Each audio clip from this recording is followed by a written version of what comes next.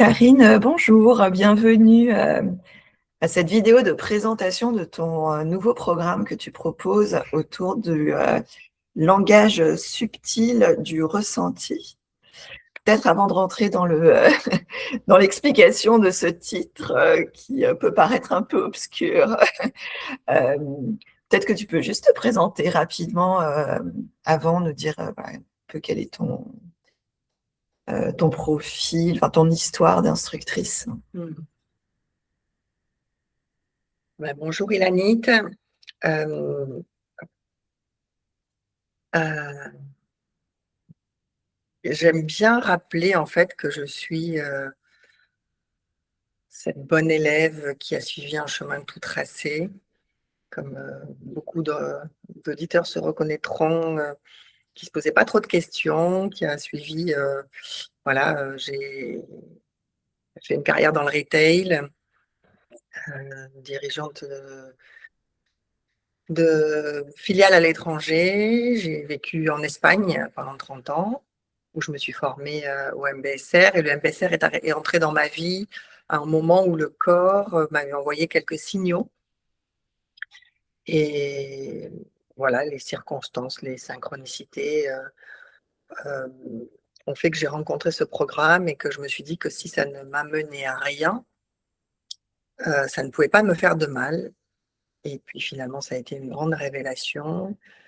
Euh, un moment de questionnement. Et puis, John Kabat-Zinn est arrivé en 2015 pour une conférence à Madrid.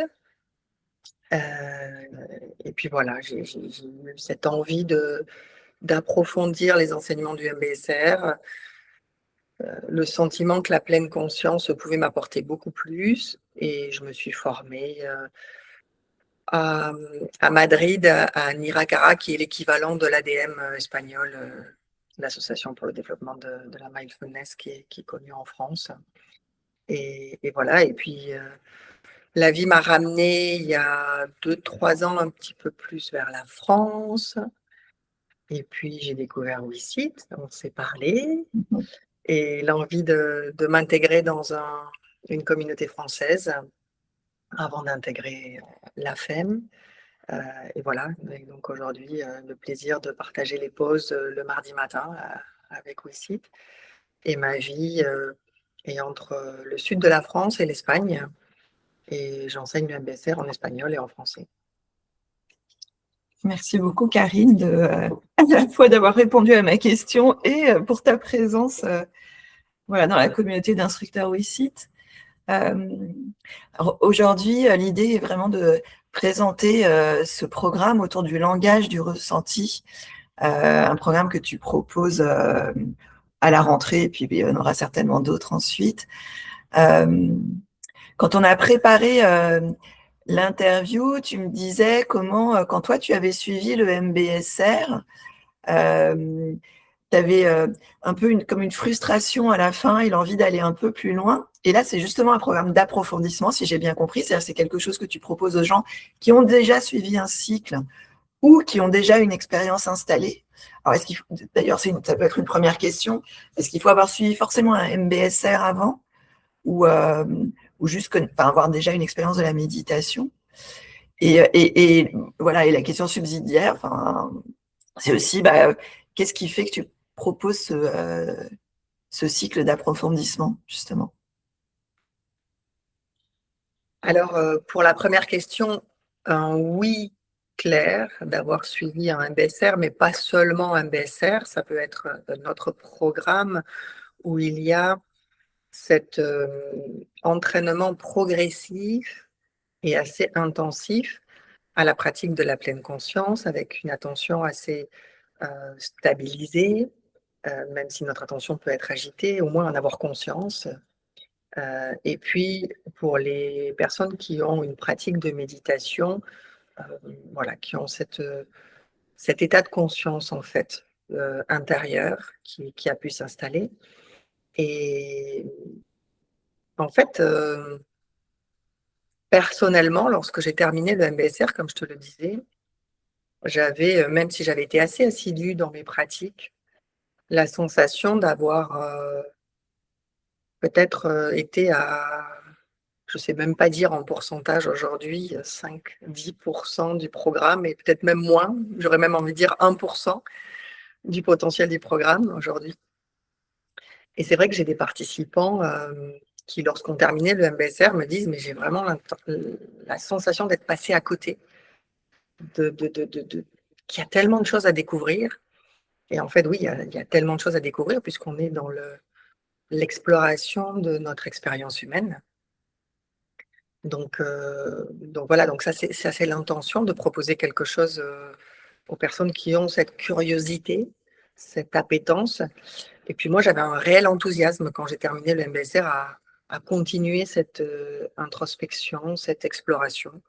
À l'époque, il y avait des trimestres d'approfondissement qui étaient proposés par les instructeurs. Et c'était un petit peu dans cet élan et dans ce rappel. Je m'étais inscrite à un trimestre d'approfondissement, j'en avais fait même plusieurs. Et aujourd'hui, je peux voir cet automatisme ou ce mental insatiable qui me caractérise, cette appétence à l'apprentissage,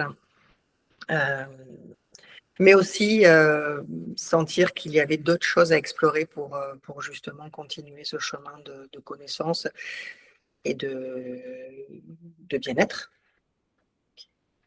Donc là, c'est super. Donc, tu proposes un cycle d'approfondissement.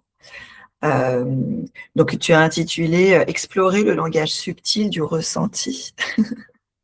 Est-ce que tu peux nous expliquer un peu ce que ça veut dire et qu'est-ce qu'il y a là-dedans, en fait? Qu'est-ce qu'on va approfondir justement pendant ce cycle? Lorsque l'on fait un programme, que ce soit le MBSR ou tout autre, parce que je suis aussi formée à un programme sur l'entraînement à la compassion, le CCT, les premières sessions, c'est en lien avec le premier fondement de la mindfulness qui est le corps. Et cet enracinement, cet embodiment, incorporisation en fait de l'expérience, de la présence et la découverte que le corps nous parle sans arrêt en fait. Dans le trauma, dans tout ce qui est sensibilisation au trauma, il y a un livre qui s'appelle Le corps ne ment jamais.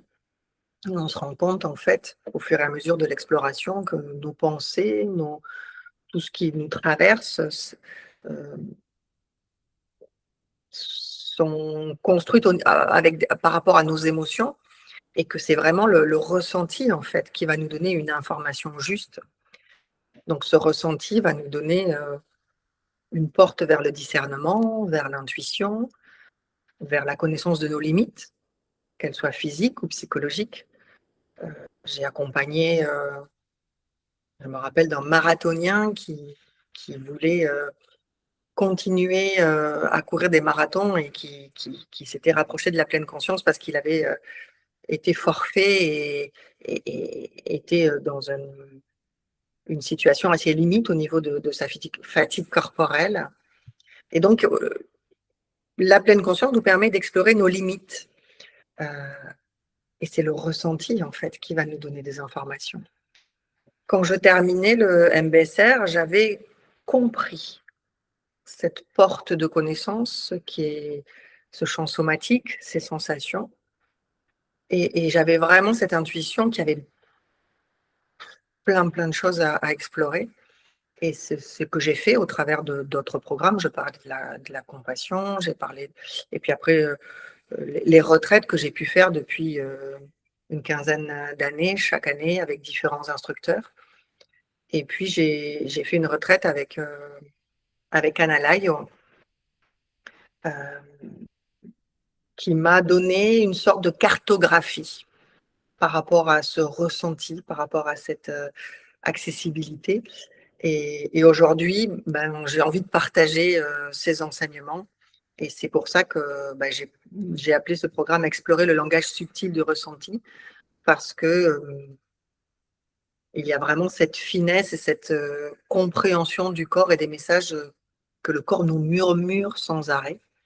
Et malheureusement, dans cette époque où les burn-out explosent, on voit bien que lorsque l'on n'entend pas le corps murmurer, il crie, et quelquefois il crie très fort. Donc c'est inviter à écouter le murmure, presque quelquefois inaudible. Alors quand je t'entends, et donc j'ai pas suivi ce cycle avec toi, je me dis, qu'est-ce que ça veut dire concrètement en termes de pratique? Est-ce que c'est des body scans pour se mettre à l'écoute du ressenti pendant 2 heures à chaque séance? Enfin, ça prend quelle forme en fait cette exploration? Et une fois quand on est à l'écoute de son ressenti, comment on fait pour explorer plus loin en fait? Je sais pas, je sens un truc dans mon corps. Enfin, voilà, en quoi consiste cet approfondissement en fait? Est-ce qu'il y a des thématiques ou des sous-thématiques? De la même façon que dans le MBSR, il y a un apprentissage progressif, puisqu'on part on part du body scan, des mouvements conscients, et puis petit à petit, on ouvre cette conscience, alors dans le MBSR plus particulièrement, sur la compréhension des détonateurs de stress, de la réponse que l'on peut petit à petit fortifier, renforcer face à ces automatismes et aller progressivement vers une conscience ouverte. Là, sur les 4 séances, je m'appuie donc sur les enseignements que partage Analayo, qui sont des enseignements qui partent effectivement du corps, l'expérience humaine. Donc, nous avons le corps qui a des sensations, donc sensations au niveau partie anatomique, au travers de différents body scans, la compréhension que ces sensations qui émergent sont perçues.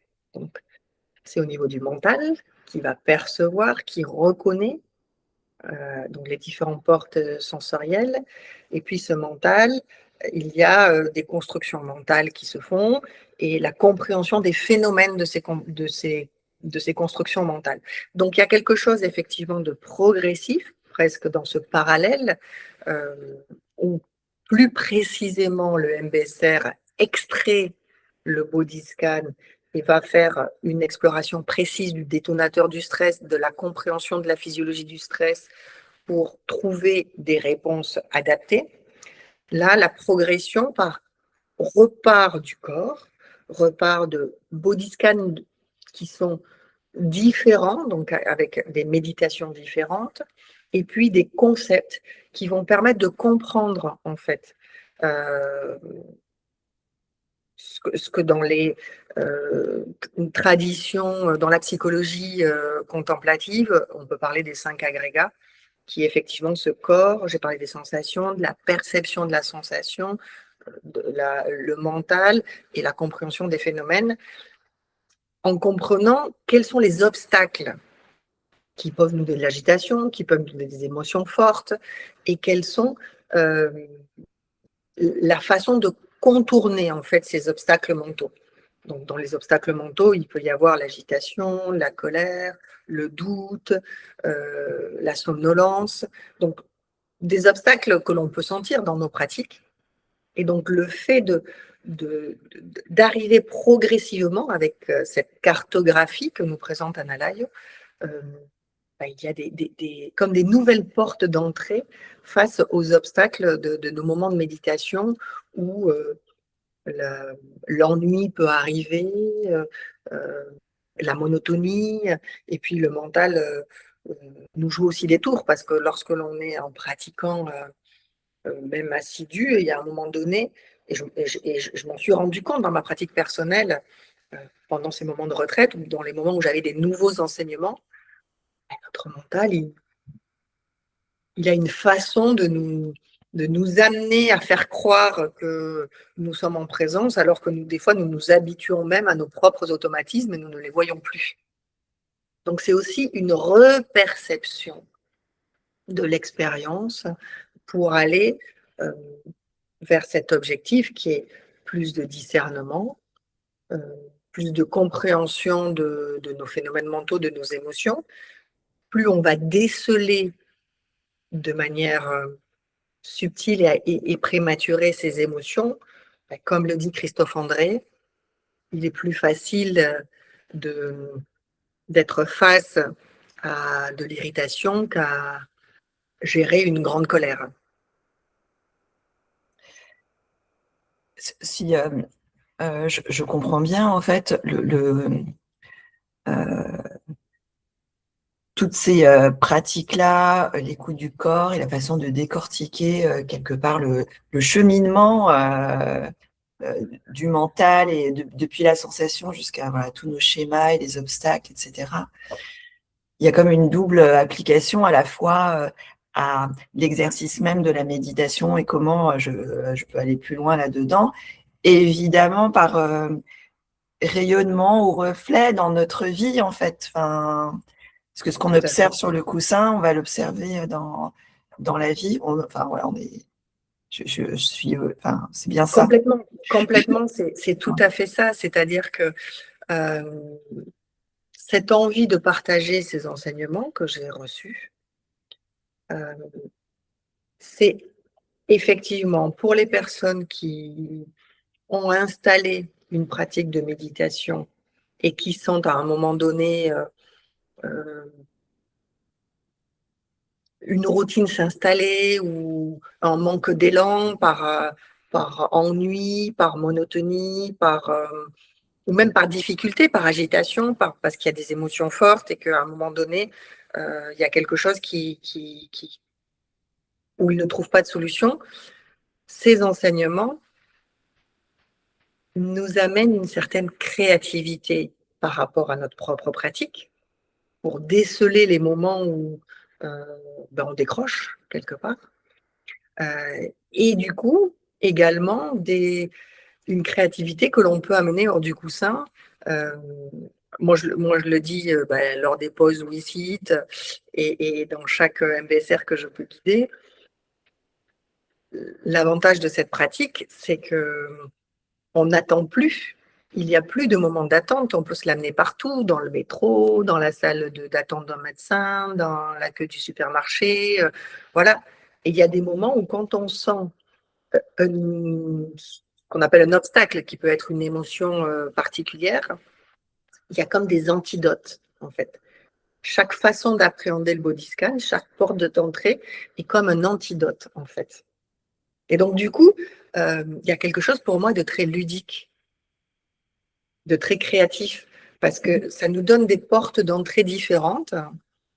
Et du coup, Anna Lai nous disait, en fait, il faut ce mental, s'il a pleine conscience, qu'il appelle notre meilleur ami, puisque une meilleure amie nous donne les bons conseils, prend soin de nous et va avoir cette patience de non-jugement, d'être là pour nous, pour faire baisser nos critiques. Si on utilise donc ce mental comme cette pleine conscience comme notre meilleur ami,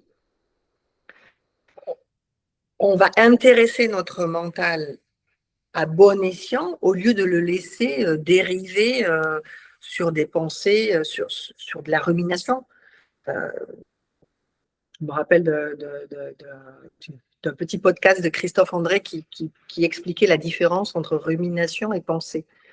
La rumination, c'est la pensée en boucle qui n'apporte rien, en fait. Penser, construire, analyser, c'est au service d'un projet, c'est quelque chose. Or, si on n'a pas cette intentionnalité de mettre notre pensée au service d'un projet, ça vagabonde, ça rumine, et aujourd'hui, on a suffisamment de sujets de préoccupation dans ce monde en folie pour que notre pensée nous amène dans des états émotionnels très perturbants, en fait. Donc, c'est mettre notre pensée à notre service. Et donc, avoir comme des antidotes, quand on sent une émotion monter, avoir comme des antidotes, avoir des différentes cartes, comme des cartes à jouer, de se dire, là, tiens, je vais faire cette pratique ou cette porte d'entrée. Je ne sais pas si c'est suffisamment concret ce que je raconte. Ouais, je pense que ça, mais comme tous les programmes, il faut le vivre pour bien le comprendre et l'intégrer. Mais en tout cas, là, c'est assez clair. J'ai une question, parce qu'en lisant le descriptif du programme, tu parles de ce qu'on appelle la tonalité affective de l'expérience. Est-ce que tu peux expliquer un petit peu ce que c'est la tonalité affective, en fait? Alors, dans le MBSR, on en parle, on le découvre assez rapidement lorsque nous sommes en exploration des sensations du corps. Il y a 3 tonalités qui sont, puisqu'on est en pleine conscience, on est donc dans le non-jugement, on est juste dans l'exploration directe de l'expérience. Et cette expérience, elle peut être soit agréable, soit désagréable, soit neutre. Et dans l'agréable, désagréable ou neutre, il y a tout un éventail d'intensité, et voir aussi comment dans le neutre, nous n'y restons pas très longtemps. Notre cerveau a tendance à nous amener à basculer, parce que le neutre peut être vite relié à l'ennui. Et donc c'est vraiment sentir ces différentes tonalités. euh, et, et ça me fait penser, par exemple, je sais que j'ai pu traverser il y a 2-3 ans une période de deuil, et accompagner mes filles qui étaient dans cette premier deuil de leur jeune âge. Et la pleine conscience m'a beaucoup aidée, en fait. Et cette tonalité affective, c'était voir la tristesse, la sentir, mais on pouvait aussi partager des moments de joie au milieu de la tristesse.